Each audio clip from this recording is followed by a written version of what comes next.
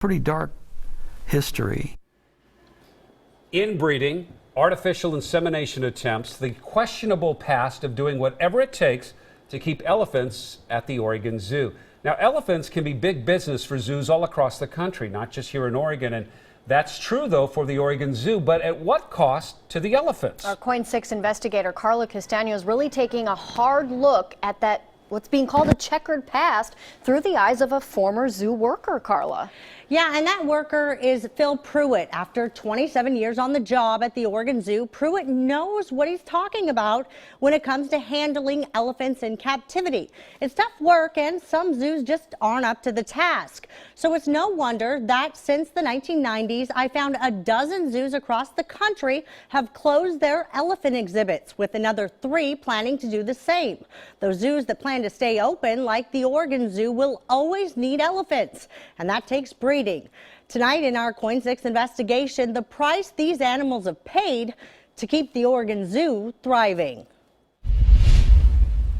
The animals were not always treated with as much kindness as one could offer. Phil Pruitt retired from the Oregon Zoo 3 years ago. He started as an elephant keeper. Rose was God's most perfect elephant.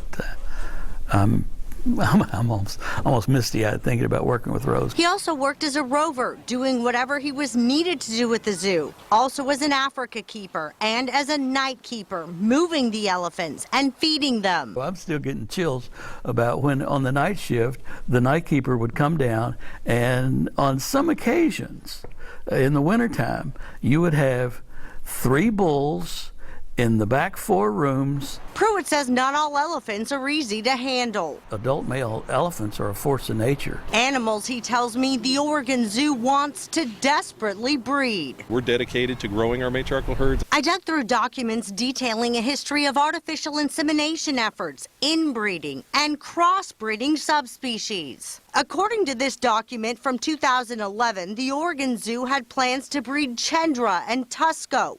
While both are Asian elephants, I found out Chendra is a subspecies or taxon that's different than Tusco. The American Association of Zoos and Aquariums, which accredits zoos across the country, posted this article on their website in 2010. It clearly states the Bornean elephant is a separate taxon. The AZA also calls Borneos like Chendra the world's most endangered elephant. Despite that information, they still recommend they breed every 4 years, as this 2011 Oregon Zoo document reveals. Tusco is a huge animal in every respect, including his manhood. And I think it verges on animal abuse to put such a large male in with such a small female. The Oregon Zoo touts Chendra as the only Borneo pygmy elephant living in the U.S.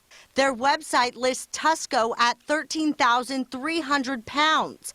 They also describe Chendra as just over 4,500 pounds. There's nearly a 9,000-pound difference. That's more than how much Tusco's other breeding partner, Rose 2, weighs. I tried to get answers from the Oregon Zoo and AZA, but neither responded to my emails.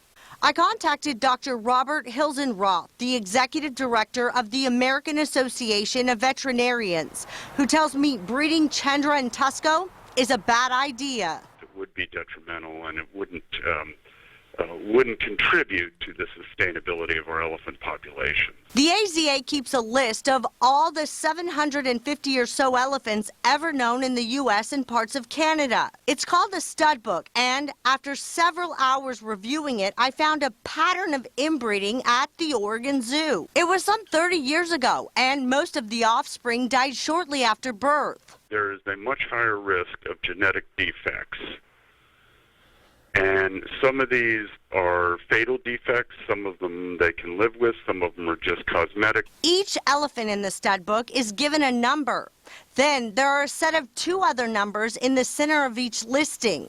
You can cross-reference those digits back to the parents and trace the elephant's lineage. It's a little like cracking a code.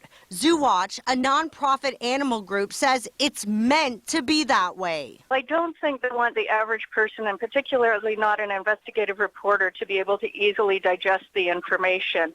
That it's something that the industry themselves like to be able to interpret for you. The stud book reveals an incestuous family tree at the Oregon Zoo. 5 births over 5 years from inbreeding, daughter with father and brother with sister. Thong Law was bred with both his daughters, Me Too and Hanako. Both of the offspring males born in 1973. One was unnamed and died immediately.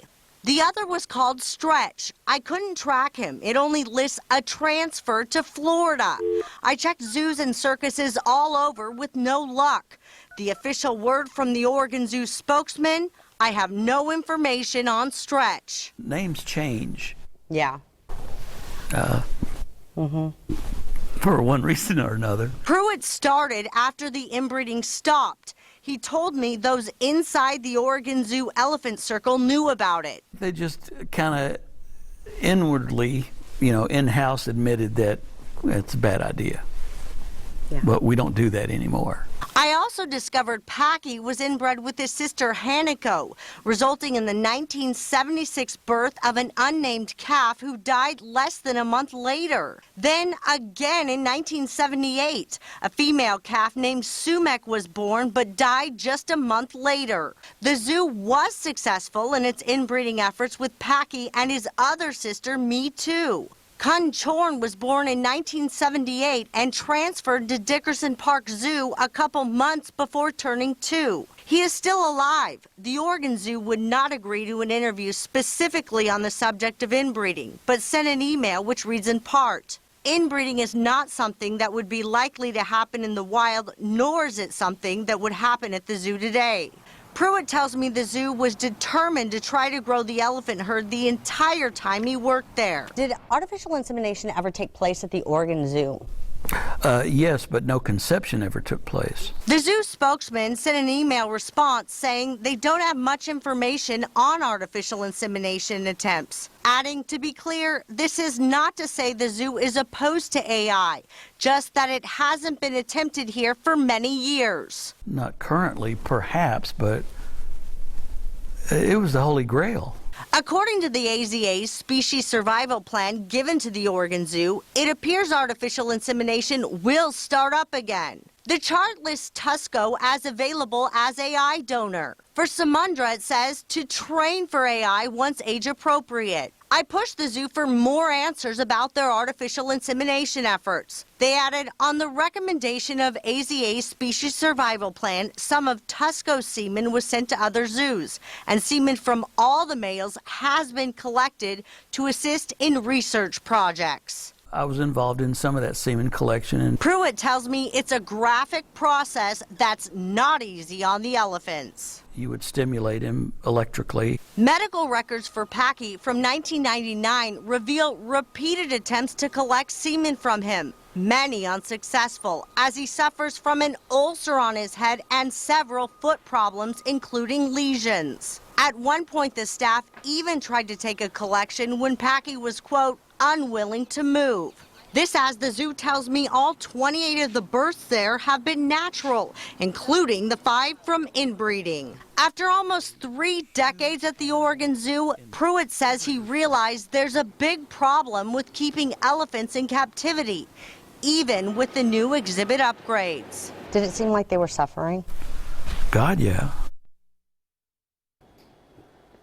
So, why do zoos keep pushing so hard to breed elephants? Well, according to the AZA, zoo populations of both Asian and African elephant species are not currently viable without importation. What does that mean? Well, without taking elephants from the wild, zoos will eventually run out of elephants. Carla's investigation into the elephants at the Oregon Zoo continues next Tuesday at 6. She looks into why the zoo continues using bull hooks on the animals after being cited by federal authorities for abusing one of those elephants with a bull hook.